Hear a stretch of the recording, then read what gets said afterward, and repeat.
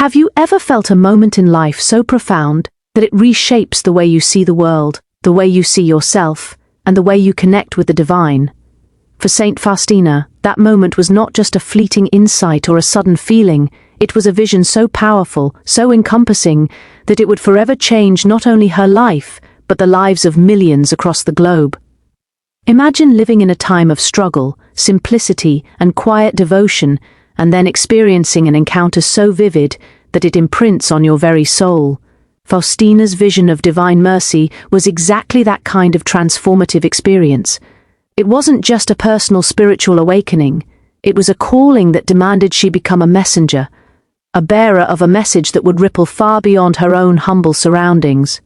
And what she received was not merely a symbolic or metaphorical notion of mercy, it was a tangible, living, breathing revelation of God's love, reaching out to every corner of human suffering, fear, and doubt.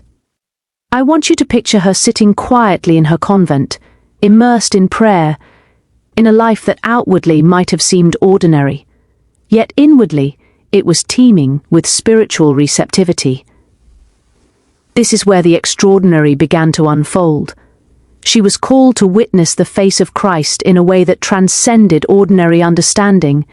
The vision she experienced revealed to her a God whose mercy is boundless, a divine love that doesn't measure mistakes or limit forgiveness, a grace that meets us where we are, no matter how far we feel we've strayed. It's one thing to understand mercy intellectually, it's another to feel it as a living presence radiating from the heart of the divine directly into your own. That's what Faustina felt. That's what she was compelled to share. She understood that mercy is not abstract, it is active. It requires recognition, acceptance, and a willingness to let it transform not just our perception of ourselves, but the way we extend love, forgiveness, and compassion to others. What makes this vision so compelling, so radically human yet profoundly divine, is that it didn't come to her in a moment of grandeur or spectacle. It came in the quiet, in the simplicity of devotion, in the willingness to surrender fully to God's presence. It's a lesson for all of us.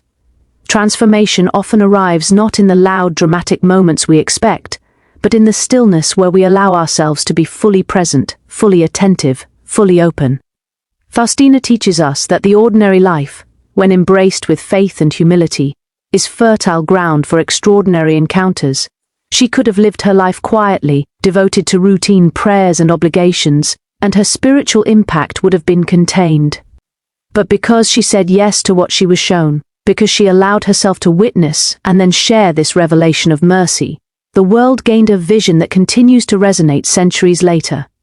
Her diary, often referred to as her spiritual autobiography, became a testament to what it means to truly encounter God. In it, she recorded not only her visions but the daily movements of her soul, the struggles, the doubts, the moments of despair, and the moments of luminous clarity when she felt the direct touch of divine love. What comes through most powerfully in her writings is the insistence that mercy is not a luxury or an occasional gift. It is a call to action, a lens through which we are to view every interaction, every challenge, and every human being. She reminds us that no soul is beyond the reach of divine compassion, that forgiveness is not conditional on our worthiness, and that trust in God's mercy is the antidote to fear, guilt, and shame. In her words, and in the life she lived, we see the embodiment of what it means to respond fully to the divine call, to take a personal revelation and allow it to fuel something greater than ourselves. What I find particularly compelling is the human element in her story. This wasn't a saint operating in isolation, removed from the struggles and imperfections of ordinary life. Faustina lived with doubts, fears, and uncertainties. She wrestled with the very human tendency to question, to wonder if she was truly capable of bearing such a heavy responsibility. And yet the vision persisted. It wasn't simply an ethereal encounter, it was a mission. She had to translate what she experienced into tangible ways for others to experience God's mercy. She was tasked with making the invisible visible, showing people a path to a love that is radical in its acceptance, fierce in its forgiveness, and transformative in its reach. And what is remarkable is that she did not claim to understand everything perfectly. She approached this task with humility, with honesty, with a willingness to be vulnerable in the face of a message that was far larger than herself. Her example tells us that receiving divine insight is not about perfection, it's about courage, humility, and a willingness to serve as a channel for something greater than our own understanding. Think about how this vision reshapes the way we think about mercy today. In a world that often measures worth through achievement, success, or conformity, Faustina's message is a radical reminder that mercy is unconditional. It is not transactional. It does not depend on our ability to meet certain standards or our capacity to earn forgiveness. Mercy meets us where we are, even in our mess, our failures, our regrets. That's a profoundly humanizing and liberating concept. It reminds us that love, in its highest form, is not about judgment, it is about connection, restoration, and the courage to offer grace to ourselves and to others. And it is in this principle that her vision finds its enduring power. It is timeless because the human condition, our struggles, our guilt, our longing for redemption, remains constant. The message of divine mercy is as urgent today as it was in her time, precisely because it addresses what is universal and essential in all of us. Another essential aspect of her vision is the way it emphasizes trust.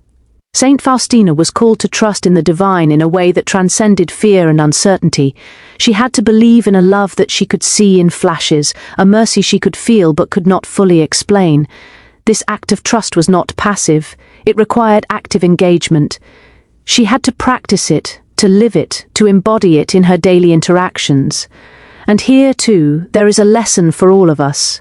Transformation, whether spiritual or personal, begins with trust. Trust in ourselves, trust in the process, trust in the presence of something larger than our immediate understanding. Trust is the bridge between the vision we are shown and the life we are called to live. The implications of her vision stretch far beyond her personal experience. By committing to record her experiences and share them with the world, she created a blueprint for how an individual's encounter with the divine can ripple outward, touching lives in ways they cannot even anticipate. Her vision teaches us that our encounters, our insights, our moments of clarity have the potential to become gifts for others, if we have the courage to share them. It is a lesson in humility and audacity at once. Humility in recognizing that the source of the vision is greater than ourselves, and audacity in stepping forward to bear the message into a world that may not always understand or accept it. And what about us, in our daily lives? We are not all called to be saints, but we are all called to witness and embody mercy. We encounter moments that challenge us to act with compassion, to forgive, to extend grace to someone who has wronged us, to ourselves, to the world. Faustina's vision illuminates that every act of mercy, no matter how small, is a reflection of the divine. Every choice to respond with kindness rather than judgment, with patience rather than frustration, with love rather than indifference, is an echo of that original encounter. Her life becomes both inspiration and roadmap. The extraordinary can emerge from the ordinary. Divine transformation can emerge from moments of human vulnerability. It is easy to overlook the significance of one person's devotion in a vast, complex world. Yet Saint Faustina's life reminds us that even the smallest, most humble acts, when aligned with purpose and guided by divine insight, can have monumental effects. She did not need recognition, power, or status to fulfill her calling. What mattered was her openness to be a vessel for mercy, her willingness to listen deeply, her courage to share honestly, and her relentless faith in a love that surpasses human comprehension. It's a reminder that the transformative power we seek in the world often begins quietly, internally, and with complete surrender to the call we feel in our hearts. And so, as we reflect on Saint Faustina's vision of divine mercy, what resonates most profoundly is not simply the mystical encounter itself, but the way she allowed it to live through her. It was not an abstract revelation to be admired from a distance. It was a dynamic living force that demanded engagement, action, and embodiment. In her willingness to trust, to record, to act, and to share, she shows us that divine encounters are not static moments. They are invitations to live differently, to engage more fully with the world around us, and to offer mercy as an active force in our lives. Her vision becomes a mirror for our own capacity to embrace love, to forgive, to transform, and ultimately to make an impact that transcends the boundaries of our own understanding. And in that, we find the enduring truth. Mercy is not a concept, it is a way of life, a path we are all invited to walk. Have you ever wondered how a single life, lived with humility and devotion, can ripple across the world, touching lives in ways that are unimaginable? That's exactly what happened with Saint Faustina and her vision of divine mercy. Her experience was not just a private spiritual awakening, it was a spark that ignited a movement, a force that continues to inspire millions of people across generations, cultures, and continents. Think about the ordinary circumstances she lived in: a small convent, a quiet life filled with prayer, service, and daily routines. There were no grand stages, no media campaigns, no followers waiting to witness her every step. Yet from that quiet devotion emerged something extraordinary, something that would extend far beyond her lifetime. This is the power of alignment, aligning our lives with purpose, with truth, and with a higher calling, and then courageously allowing that alignment to guide our actions. Faustina's life demonstrates that the impact we have on the world is not necessarily proportional to our visibility, status, or resources, but to our willingness to act faithfully and consistently from the truths we hold inside. When we speak of the global movement inspired by her vision, we are talking about something far more than rituals or traditions. We are talking about a living, breathing expression of mercy that has reshaped how millions experience faith, hope, and love. From the moment she began recording her visions in her diary, she was creating a blueprint, a tangible record that could travel beyond her immediate surroundings. Those writings carried her encounter with the divine into the hands of priests, theologians, and believers worldwide. They were not written to seek fame or recognition. They were written to share a truth so profound that it demanded dissemination, and the reach of her work is staggering. Today, the Divine Mercy devotion is celebrated globally, with millions of people participating in prayers, attending services, and observing Divine Mercy Sunday. A vision that began in silence has become a symphony of hope, a shared language of compassion that connects hearts across borders. It is a testament to the exponential power of one life lived authentically, courageously, and devotedly. What's remarkable is how this movement grew organically. It was not manufactured by marketing, engineered through social strategy, or dictated by institutional mandates. It spread because people recognized the transformative power embedded in her message. They experienced the mercy she described, they felt the love she witnessed, and they shared it with others. In that, there is a lesson for all of us. Influence is not about self-promotion, it is about resonance. When your actions, your words, and your life resonate with something universal and deeply human, they have the capacity to touch hearts far beyond your immediate circle. Faustina's vision resonated because it spoke to the deepest need of the human soul, the need to be loved without conditions, to be forgiven without hesitation, to experience a mercy that is vast, persistent, and unrelenting.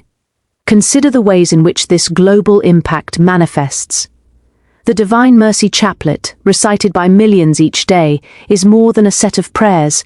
It is a lifeline, a practice that connects the individual to the divine, a moment to pause, reflect, and embrace grace. The image of divine mercy, with Christ's rays of red and pale light, is not merely a picture. It is a visual embodiment of hope, a reminder that mercy is active, alive, and available to anyone who seeks it. Divine Mercy Sunday is not just a date on the calendar. It is a communal affirmation that mercy is central to faith, that forgiveness and compassion are not optional, and that a vision from a single life can shape a global spiritual consciousness. These are not small accomplishments, they are evidence of how profoundly one life, aligned with truth and lived with courage, can shape culture, inspire devotion, and transform hearts. And what I find profoundly inspiring is the way this movement maintains its humanity. It is not abstract, distant, or untouchable.